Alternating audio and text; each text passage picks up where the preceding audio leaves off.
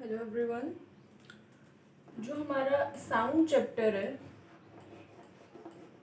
उसके जितने भी टॉपिक्स थे वो हम लोगों ने कंप्लीट कर लिए हैं, लेकिन उसके कुछ आपकी क्वेश्चंस रहते हैं तो उनके बेस पे हम उन टॉपिक्स को फिर से डिस्कस करेंगे। ठीक है। अब अच्छा, सबसे पहले आपको पता है कि साउंड क्या होती है ना। साउंड मैंने बताया था, साउंड क्या होती है, it is a form of energy, right.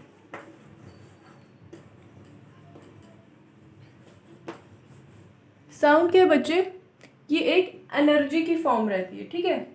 It is that form of energy, sound is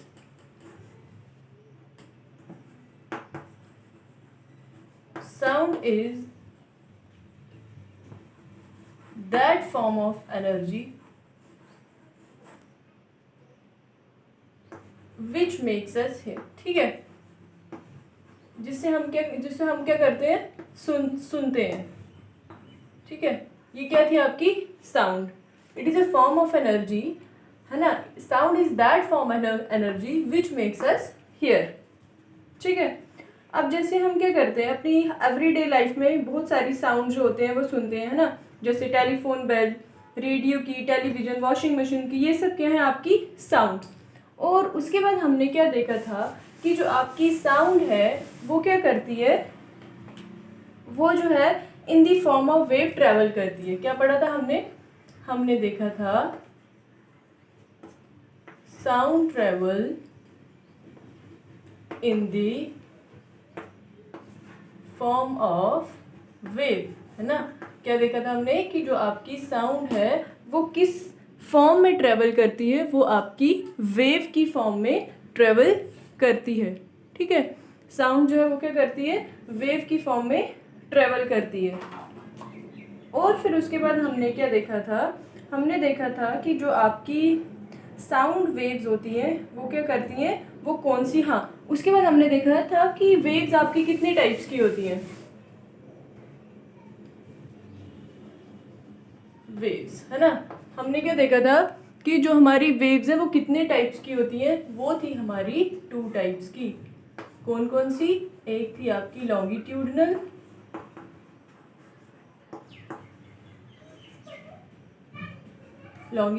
wave, and second is transverse wave. Second is transverse wave. और हमने एट द एंड क्या देखा था कि जो हमारी साउंड वेव्स होती हैं वो आपकी कौन सी वेव थी, लॉन्गिट्यूडनल वेव्स। ठीक है। कि जो आपकी साउंड वेव है वो कौन सी है, आपकी लॉन्गिट्यूडनल वेव। अब देखते हैं कि लॉन्गिट्यूडनल वेव और ट्रांसवर्स वेव क्या होती है।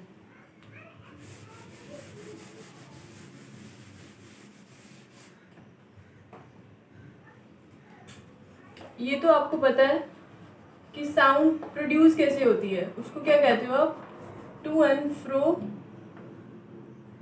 मोशन, है ना।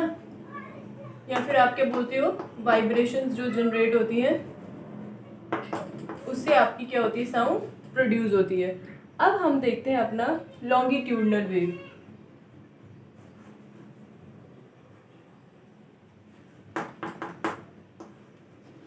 लॉन्गिट्यूडनल वेव्स क्या होती हैं। ठीक है। लॉन्गिट्यूडनल वेव्स क्या होती हैं, फॉर एग्जांपल ये एक स्टैंड है, हमने क्या किया, हमने एक स्प्रिंग लिया, एक साइड से इसको बांध दिया। अब आपने यहाँ पे क्या करना है, आपने इस स्प्रिंग को क्या किया, खींचा।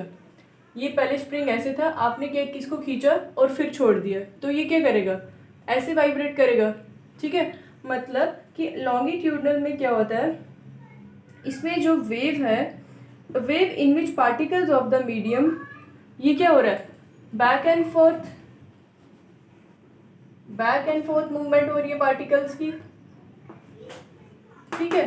क्या हो रहा है इसमें, पार्टिकल्स की बैक एंड फोर्थ मूवमेंट हो रही है, किस डायरेक्शन में, जिस डायरेक्शन, अब देखो जो वेव है वो इस डायरेक्शन में मूव कर रही है, एंड जो आपके पार्टिकल्स हैं वो भी बैक एंड फोर्थ इसी डायरेक्शन में मूव कर रहे हैं, उसको आप क्या बोलोगे, longitudinal wave.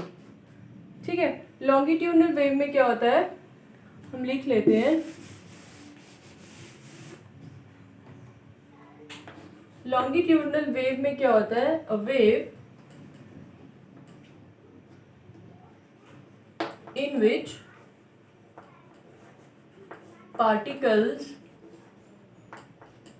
a wave in which particles of the medium in which particles of the medium vibrate back and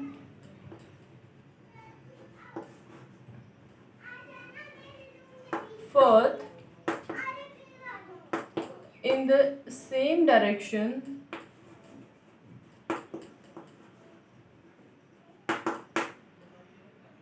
in which the wave is moving, in which the wave is moving is called longitudinal wave, is called longitudinal wave. ठीक है, ठीक है बच्चे, ये सब मैंने आपको अपने पिछले लेक्चर्स में समझाया हुआ है। एक बार फिर से हम इसको क्लियर कर रहे हैं। अगर आपको कुछ डाउट रहेगा उसको आप यहाँ से इजीली क्लियर कर लोगे।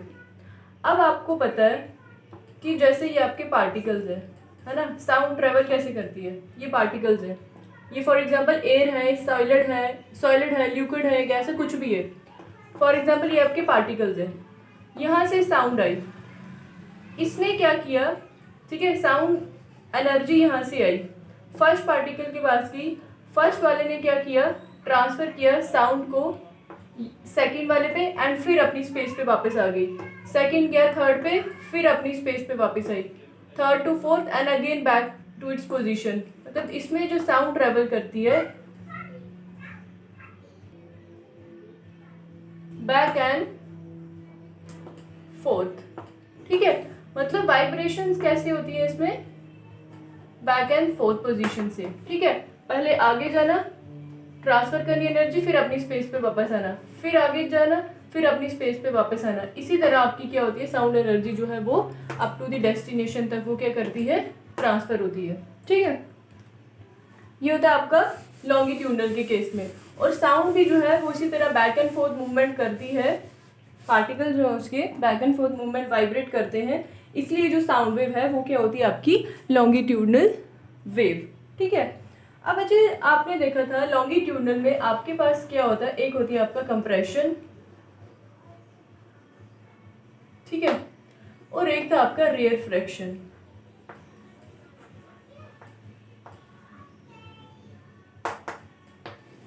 अब कंप्रेशन और रेयरफ्रैक्शन क्या था, देखो कंप्रेशन और रेयरफ्रैक्शन हमारा क्या था, हमने देखा था कि ये क्या है, जैसे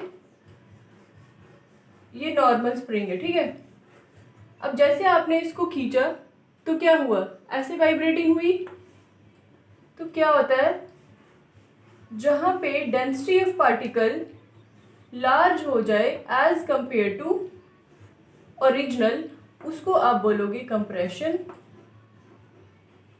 एंड जहां पे डेंसिटी ऑफ पार्टिकल्स कम हो एज कंपेयर टू ओरिजिनल, उसको आप बोलोगे रेयरफ्रैक्शन, ठीक है। मतलब पार्टिकल्स की जो डेंसिटी होती है, जहाँ पे पार्टिकल्स की डेंसिटी बहुत ज़्यादा हो जाएगी उसको आप बोलोगे कंप्रेशन, जहाँ पे पार्टिकल डेंसिटी बहुत कम हो जाएगी एज कम्पेयर टू ओरिजिनल, उसको आप बोलोगे रेयरफ्रैक्शन। ये किस केस में होता है, ये होता है आपके लॉन्गिट्यूडनल के केस में। इसकी एक और डायग्राम हम देखते हैं।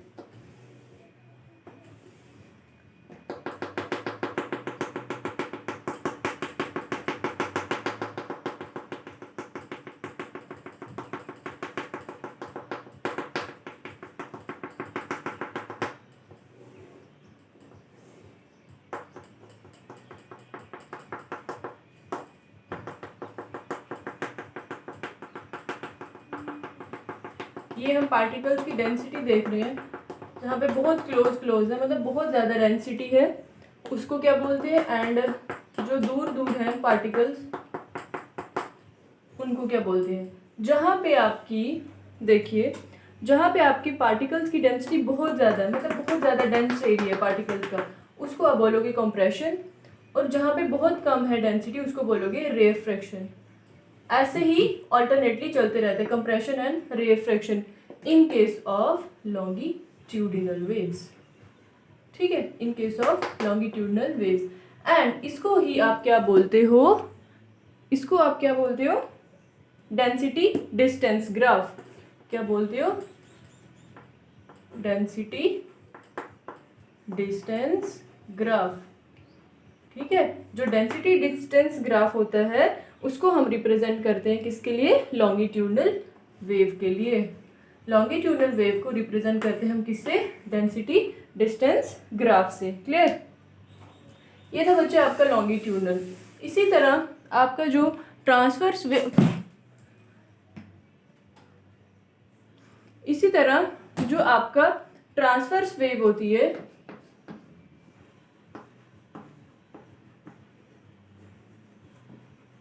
उसमें क्या होता है बच्चे? ट्रांसवर्स वेव में क्या होता है आपका? अप एंड डाउन में चलता है। जैसे ये आपका क्या है? स्प्रिंग है, उसमें आपने स्प्रिंग को ऐसे खींचा था, अब आपने स्प्रिंग को इस तरह अप एंड डाउन डायरेक्शन में करना है, तो जो इसमें वेव क्रिएट होगी वो कैसे होगी? इस डायरेक्शन में, up and down, up and down, up and down, up to so on. ठीक है, अब अच्छा इसमें होता क्या है? जो मैं रेफरेंस पॉइंट से मैक्सिमम डिस्प्लेसमेंट होता है ना, एक तो उसको एम्पलीट्यूड कहते हैं, एंड जो अपर पार्ट रहता है उसको क्रस्ट कहते हैं, जो बिलो पार्ट रहता है उसको बोलते हैं ट्रफ। क्या कहते हैं? ट्रफ। ये आ गया क्रस्ट, ये आ गया ट्रफ, ये आ गया क्रस्ट, ये आ गया ट्रफ। इसकी एग्जांपल क्या है? जैसे आप किसी पॉन्ड में, ये एक पॉन्ड है, ठीक है, आपने क्या किया? आपने वहां पे एक स्टोन फेंका ऐसे, तो क्या होगा? ये जो वेव्स क्रिएट होंगी ना, वो कैसी होंगी? अप एंड डाउन में चलती है ना वो वेव्स, वो कौन सी होती है? आपकी ट्रांसवर्स वेव। उसको आप बोलते हो displacement. Wait, I will tell you. Yes, उसको आप रिप्रेजेंट करते हो डिस्प्लेसमेंट, डिस्प्लेसमेंट डिस्टेंस ग्राफ के साथ। ठीक है, डिस्प्लेसमेंट डिस्टेंस ग्राफ के साथ। लॉन्गिट्यूडनल को आप करते हो डेंसिटी डिस्टेंस ग्राफ के साथ, और इसको आप करते हो डिस्प्लेसमेंट डिस्टेंस ग्राफ के साथ। ठीक है,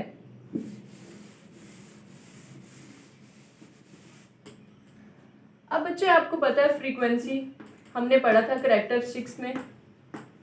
फ्रीक्वेंसी क्या होती है? फ्रीक्वेंसी आपको पता है कि number of complete oscillations produced in 1 second. ठीक है, ये आपकी ऑसिलेशंस है। फॉर एग्जांपल 1 सेकेंड में इतनी ऑसिलेशन जनरेट हो रही है, तो कितनी हुई? ये होगी 1, 2 एंड 3।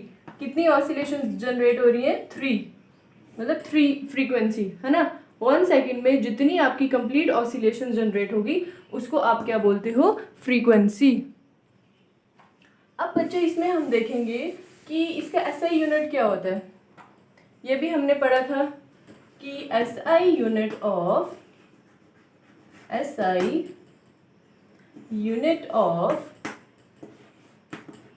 फ्रीक्वेंसी इज, क्या होती है? SI unit of frequency is hertz, HERTZ। ठीक है, इसको हम किससे लिखते हैं?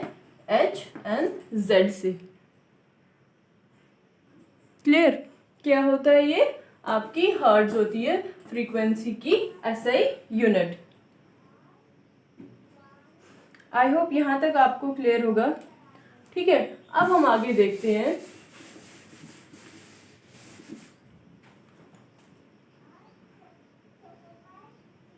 ठीक है, अब हम आगे देखते हैं कि हमने एक और चीज पढ़ी थी कि हमारे पास क्या होता है।